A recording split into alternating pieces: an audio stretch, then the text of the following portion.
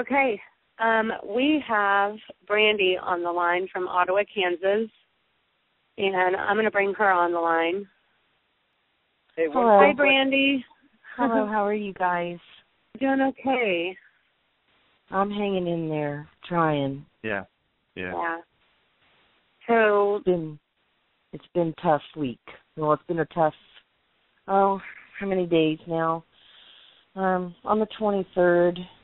It was the 23rd of August.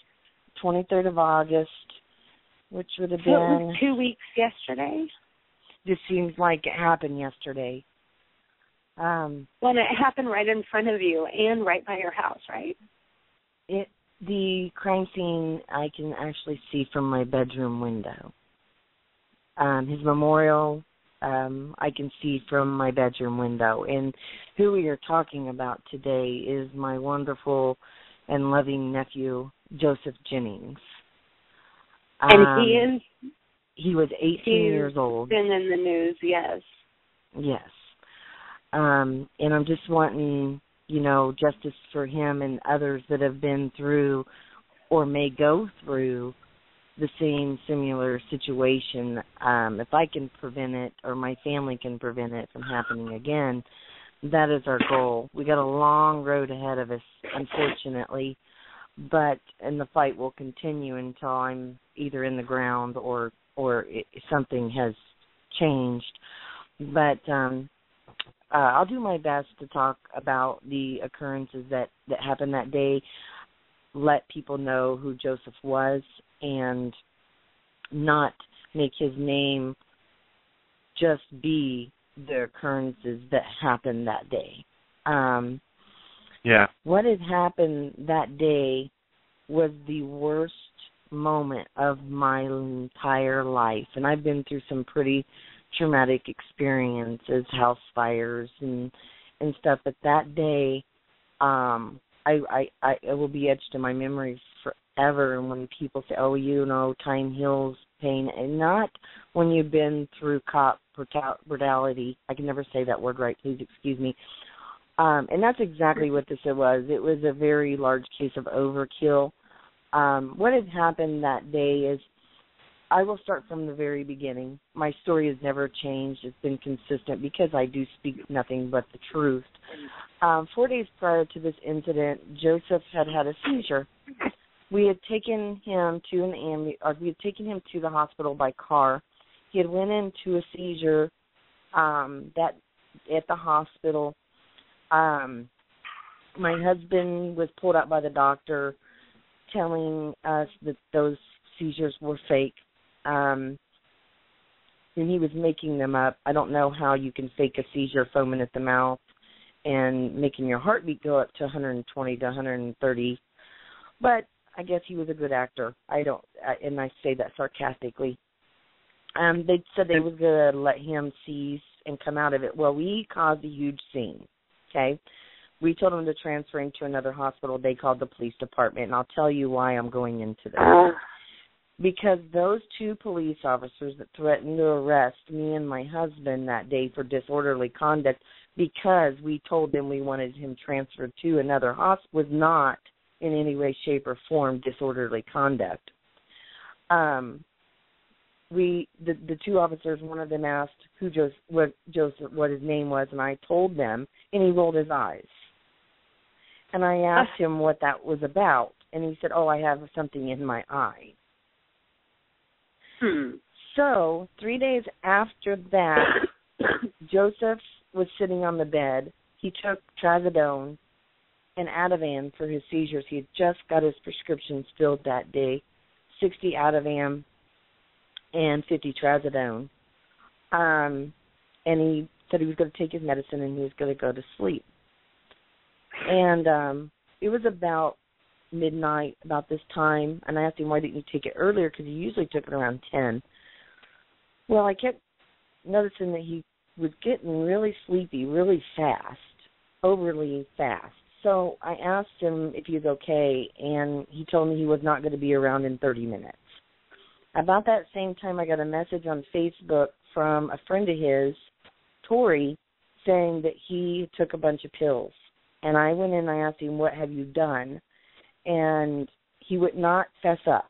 My husband called 911. Those same 2 officers that were at the hospital came to the home, picked up his empty prescription, and said, "Do you want to die or do you want to go to the hospital?" They was not sympathetic. They no was not way. Sympathetic. No, and he said, "Well, if you didn't take them, Joseph, are they on the floor?" And Joseph said, "Well, that's a possibility. You might want to look." And I said, "Joe, I really want you to go to the hospital. Will you please go to the hospital for me?" We were talking to him. He said a few curse words and got up and walked out with assistance of the police officers to the ambulance. Was taken to the ambulance, had his stomach pumped. I called all that next morning. They said he was sleeping. He was not ready to be released. So those same 2 police officers went and was standing by his bed in the emergency room when he had his stomach pumped. I went up there about 1 o'clock to check on him, and a psychiatrist was in the room and was asking Joe some yes or no questions. The psychiatrist said he was clear to go. They told me that they wanted me to keep an eye on him until about 7 o'clock. And I told him, that's fine, we can do that, but I don't think he should leave. Joe had been suicidal before, and that at that hospital was admitted. And when they asked Joseph if he ever been suicidal before, he said nope. And he clearly told them, "I know what to tell you to get out of here." He rips his IVs out, bleeding all over the place. I called a nurse in there. The nurse comes in. I was like, "Oh, did you take your IVs out?" "Yep, I'm leaving." Psychiatrist said, "I'm ready to go. I'm leaving." And just stop you for a second. In the timeline here, can you describe the timeline where this is at in the whole sequence of events? This would be at Ransom Hospital between 1 and 1:30 in the afternoon on the 23rd. And the 23rd is the day of the incident. So they release him from the hospital. He comes home. I take his motorcycle keys. Yeah. He comes home. He sleeps. He gets up 45 minutes. He left at 4:20. That's when we left the hospital. It's about a 5-minute drive from the hospital to my house. He sleeps about 45 minutes to an hour. He gets up. He wants his motorcycle keys.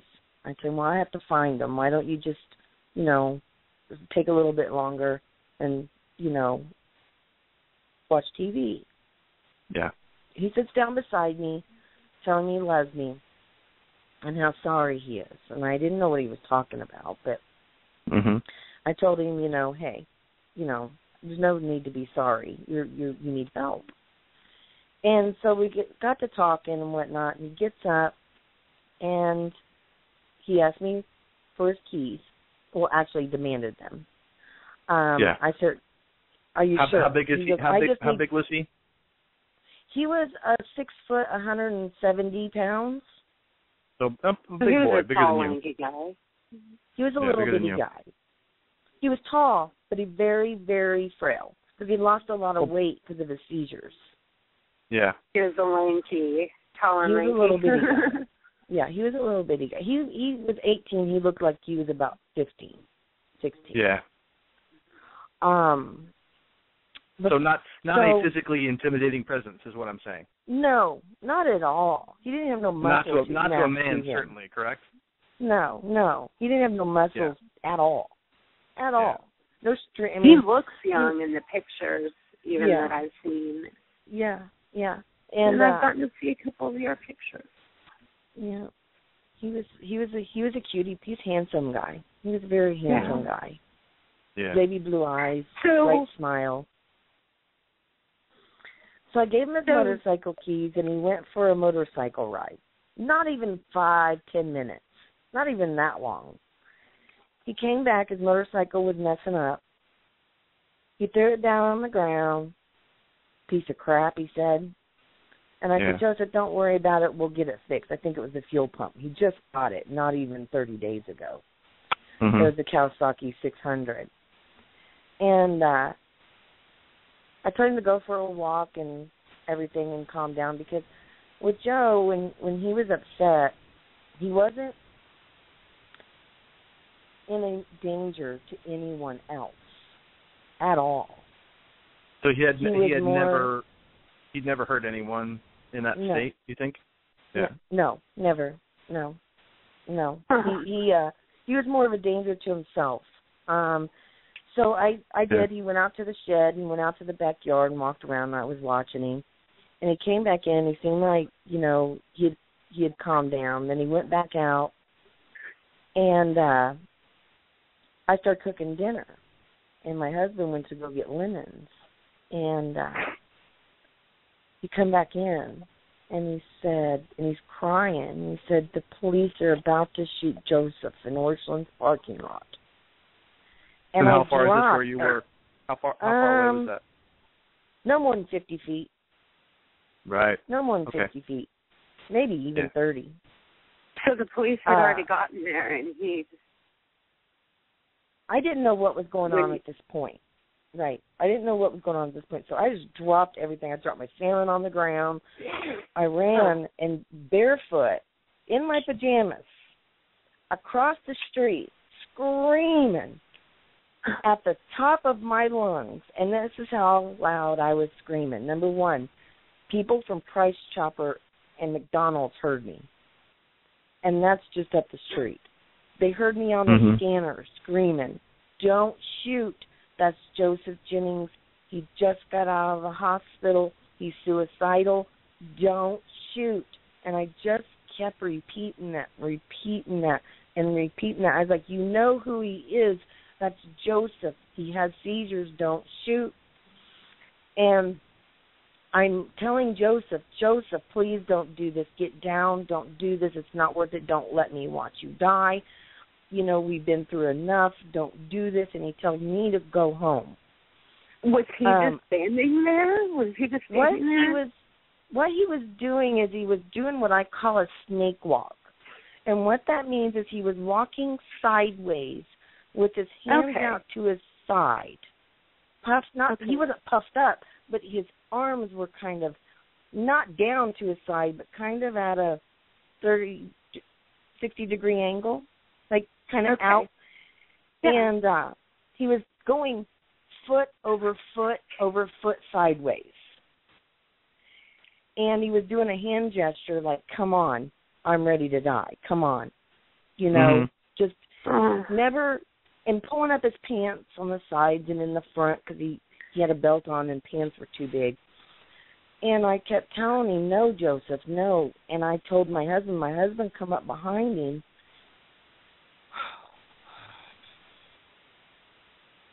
It's okay if you can't. That's okay, Brandy. And I said, get him. And my husband grabbed his arm. And the cop said, get back or we'll shoot. And I said, let us get him, please. Let us get him. He's got a gun. I didn't see no gun. But I didn't, at that point, my adrenaline, I didn't even feel the rocks under my feet. I felt like I was walking on a cloud or something. And my feet are sensitive. And I'm like, no. I said, no, if speaking hypothetically, if he has a gun, it's a BB gun. We don't own weapons. So you tried to reason with them. Right. Exactly. But we don't know that. Beg them not to.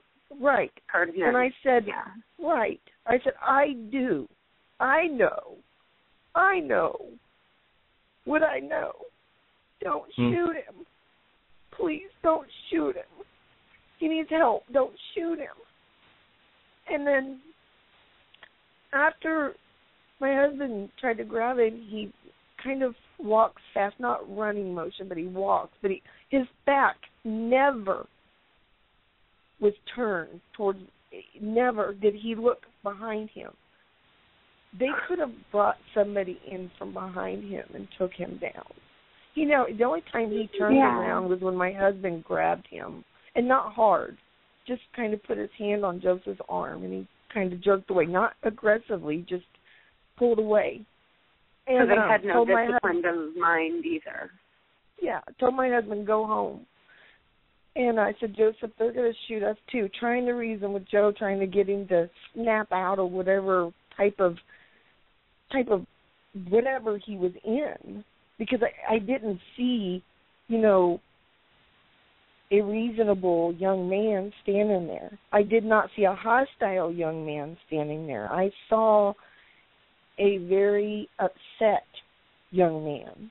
I saw somebody screaming for help. He never stuck his hands in his pockets. He never reached for anything. He went down by the edge of the road away from us, and they told us to get up by the building. They was like, get up here or get back. And one officer yelled back, well, they was going to tase him. And I said, don't tase him. He has seizures and heart problems. And I said, don't tase him, because I wanted to save his life. I didn't want him to die.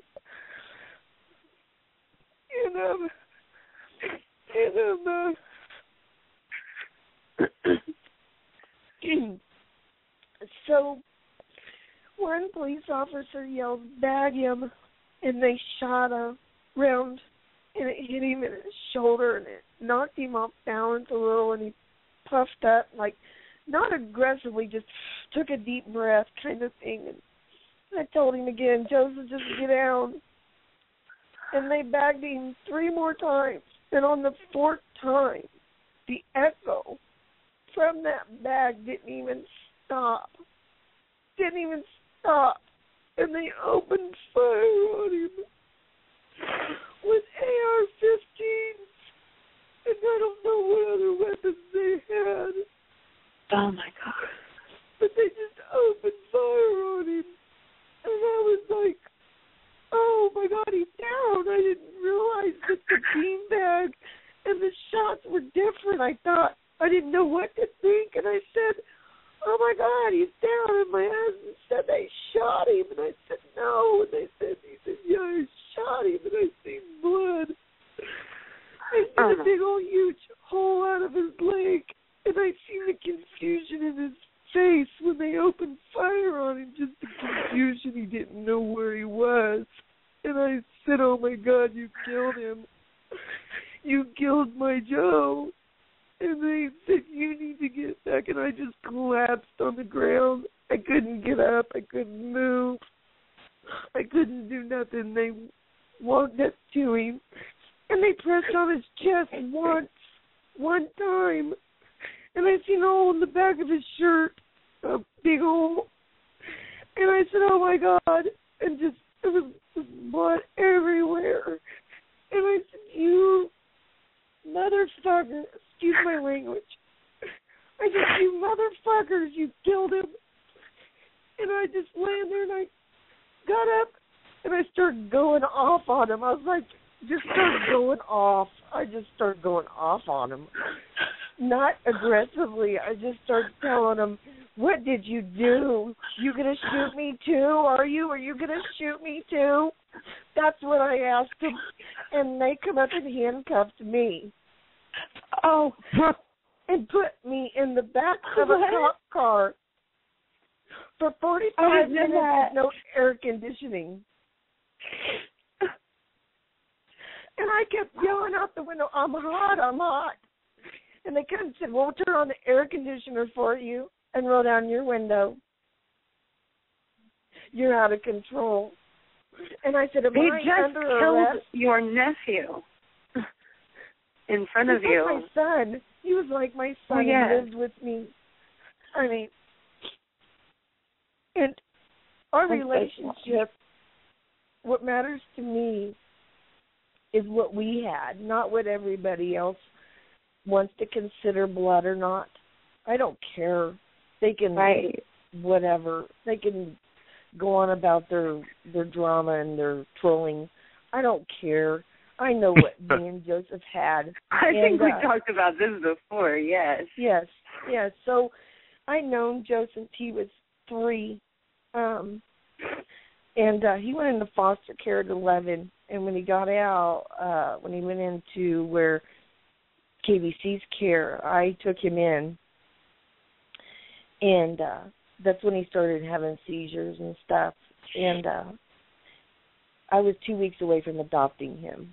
And after that, things went, with him just seemed he wasn't the same Joe that I knew. He wasn't never violent towards me, but very delusional, very lost, very, very sad, very depressed.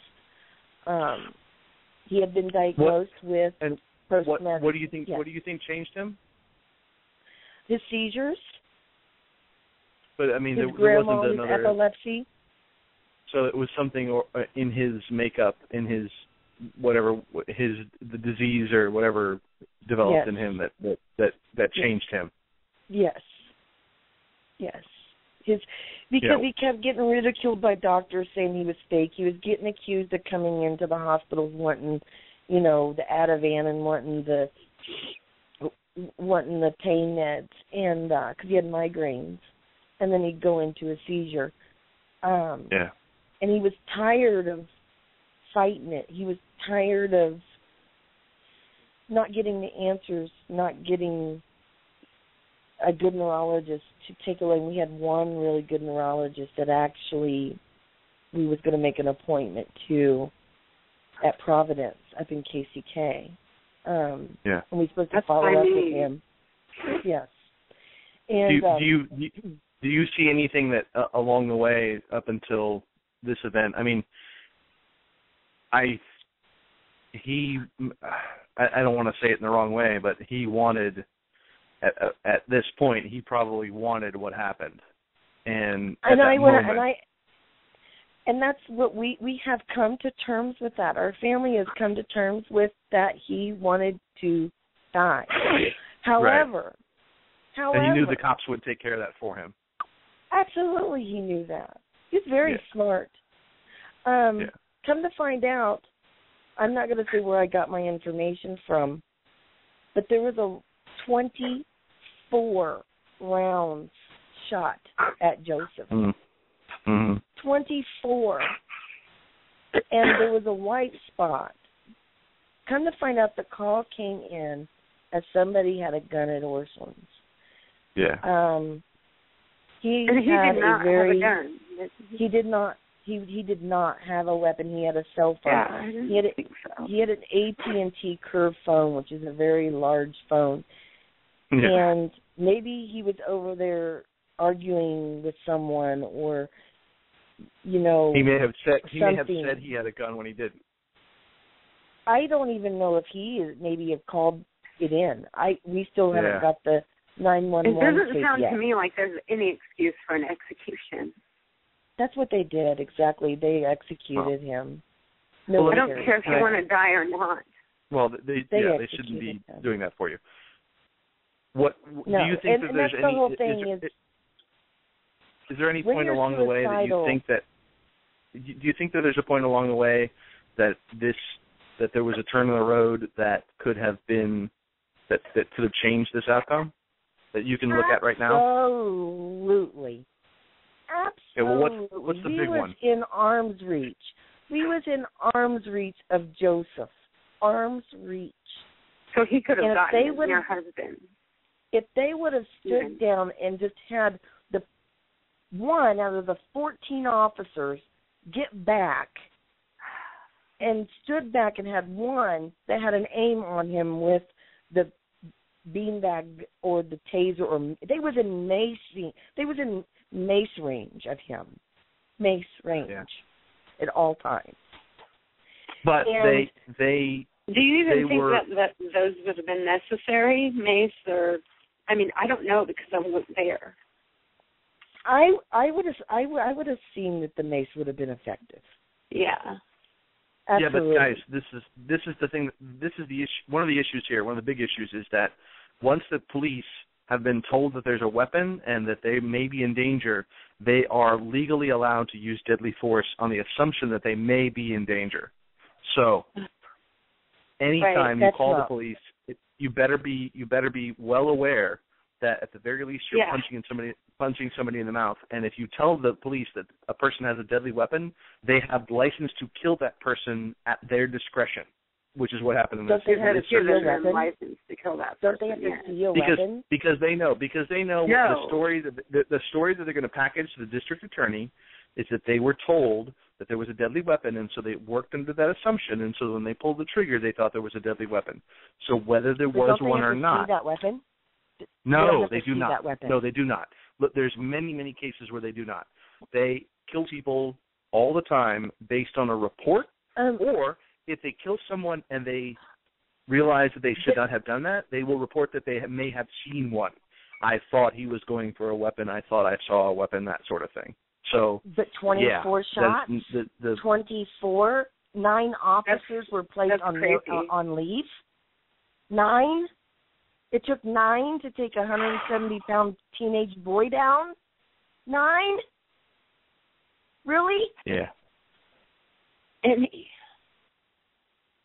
they didn't even see a weapon. They did. I don't know. I don't know what they. I can't believe that your community isn't broad daylight. Broad daylight. Yeah. Broad daylight. We're going to be at the protest that you're having from the 11th to the 21st of September. 17th. Or I'm sorry, the 17th to the 21st of September. Which is my 40th birthday. So I cannot spend that with Joseph, so I will make it about Joseph. Yes. Because every year on my birthday, and he's the New Year's Eve baby, every year on my birthday, except for when we was not talking, because that's going to come out, we didn't talk for a little while. I did not disown him, but we did not talk for a little while. We had just started talking again in November, and he moved in. And so around later on, after we had talked and made our amends, but the thing is he may have wanted to die at that time. And here's the thing with I've also struggled with suicide, and I know a couple of my family members as well. And when you're in that frame of mind, you don't wake up and say, "Well, guess what? I want to die today." It's a roller coaster. You could want to not. You don't see any hope. You don't have any hope, any light at the end of the tunnel. And you feel hopeless. You feel like you don't have any answers. You feel just you don't want to live. You're on a cloud. You don't know what you're doing. You know you don't want to live anymore, and that's all is to it. But then, in the next hour or two after you feel that way, then you're like, man, I'm glad I didn't do that.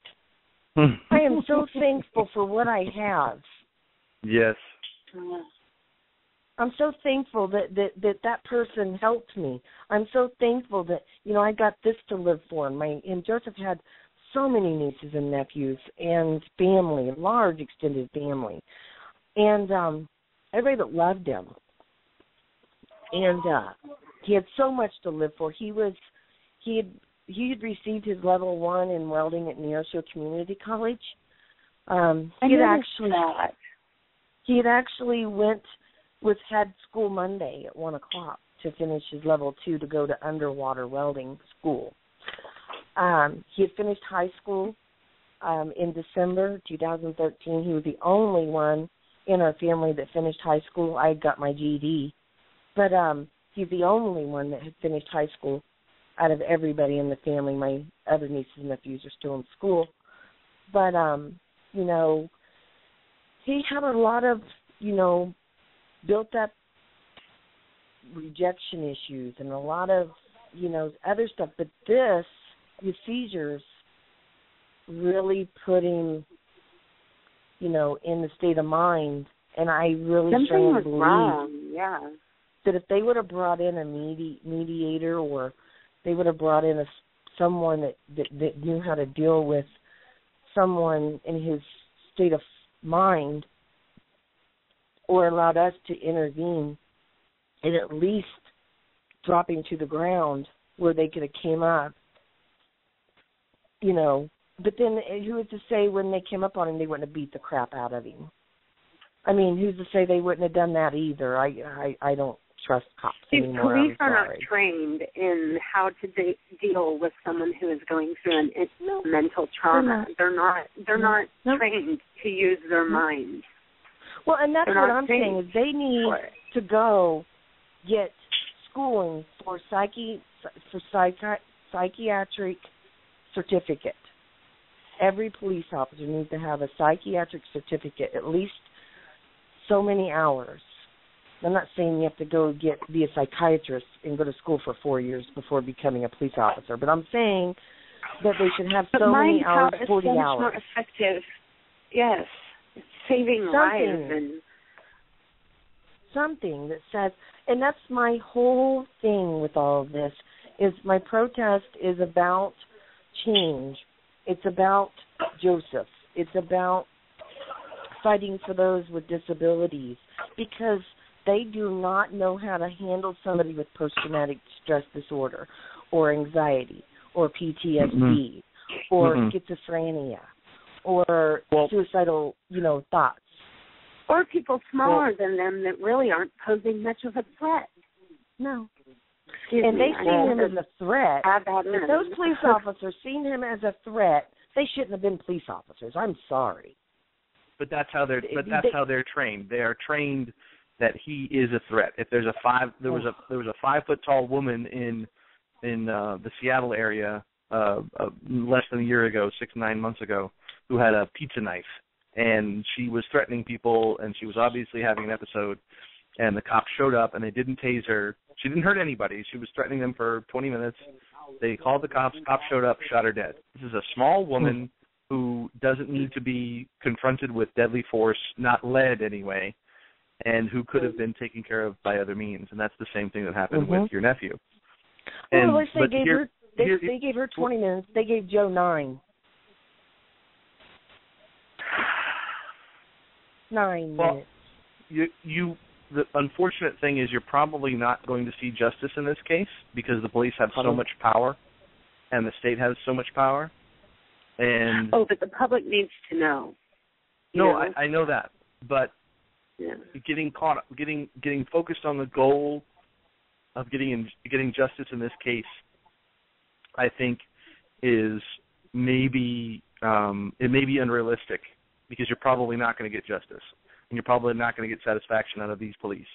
But you can be someone who is inspiring to others in a similar situation as yourself, and to give them hope and to give them motivation and inspiration to carry on the fight that is not going to end with you, not going to end with your nephew, not going to end with you.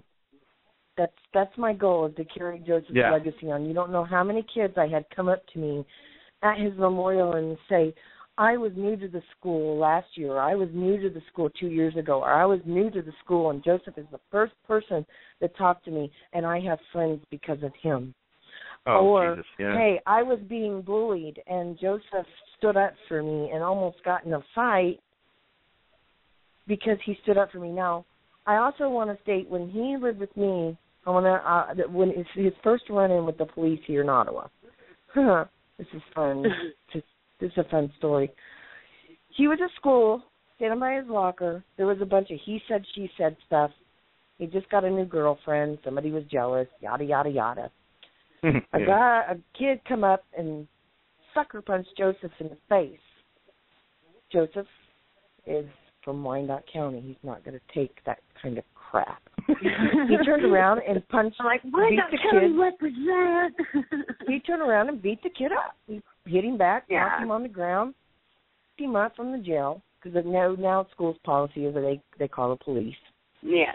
Went and picked him up from the jail, sit straight across from the there now, though. Straight across from the guy's dad. Like, what are we going to do? Well, just a brawl. Don't worry about it. Just a fight. Kids will be kids. I said, so you're not pressing charges? I'm not pressing charges. Okay. Well, after that, Joseph was no longer living with me, and come to find out that Dad had pressed charges against Joseph, and that Dad was a sheriff of Ottawa. Oh, no. That kid was a sheriff's son. So, yeah. So he, I don't know whatever happened when in the case. I didn't ever ask. But he did get, I think he did get charged. I don't know if he was ever convicted for a battery or not. But I thought that was kind of bull crap. You know, kind of stupid on their part when we sit there and both agreed that no charges would be pressed, and then bam, you know. It's crazy, yeah, make an example out of Joe because he was the foster kid. You know what I mean? So, you know. Typical. Yeah. So with this, I just don't, I want to fight for others. I can't, like you said, I don't think we're going to get a fair hearing or justice served. I don't. You can't anticipate that. You can't expect that. That can't be your goal because it's probably not going to happen. And these things are. This is a generational problem. The police have been given so much power and so much authority because we trusted our institutions, and our parents and their parents trusted their institutions, and the people who were trustworthy have, for systematic reasons, gone out of that area and are either no longer trustworthy or they're just not in these institutions anymore. Now they also have too much goddamn money, too much power, too much money, too much weaponry, and they're just too many of them. I mean, you know, you're talking about how many people were at that scene. I've seen that many cops at a scene with two girls in a car pulled over for a license plate laid out. You know, 6, 7, 8. Not all at the same time, but they pull up, and then another one goes by and says, "Hey, man, you need help?" So there's 3 or 4 cars, and there's 4, 5, 6, 7 cops. It's ridiculous. Oh, it's just when we went to pick up Joseph's motorcycle in Warrensburg, Missouri. Okay, and our vehicle broke down, and we got it started and we got it running. It was overheating at the gas station, so we pulled in and was trying to put water in it, and we left. Okay, got it stopped. The hose from collapsing. And we left, and 2 police officers rolled up on us, turned on our lights, and you know what their excuse was to pull us over? What? Because there was a vehicle that fit our description sitting at a light too long. A vehicle. So I said, so I would like to know what's your probable cause for pulling me over. And he says, well, I'm sorry. What had happened is there was a vehicle that fit your description at the light up here that had sit there for 3 minutes after the light turned green. And I said, so I haven't done anything wrong. Am I free to go? No, I need your IDs, and I need you to step out. I said, for what?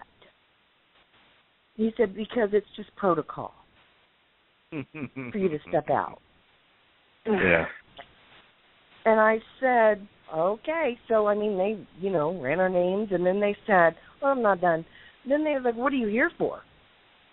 And I said, well, we're here to pick up my nephew's motorcycle. Well, is it stolen? I said, no, the guy's got the title. He's in the back of my car. He's helping us get our vehicle running. Well, we need to follow you down to his house to vent it because we got a report that a motorcycle was stolen about a week ago. And another officer said, well, what year is your motorcycle? I said, it's an 08. And he goes, oh, well, this one was a 2014. And about that time, the other police officer seen he was a 2000. We need to go check it out. Totally harassing us. So they came, they followed us to the house, and then the bike. Went into the guy's garage and then his other bike without him even giving permission to go in there, without a warrant. Like you said, it's getting too out of control. They're not there to protect and serve us.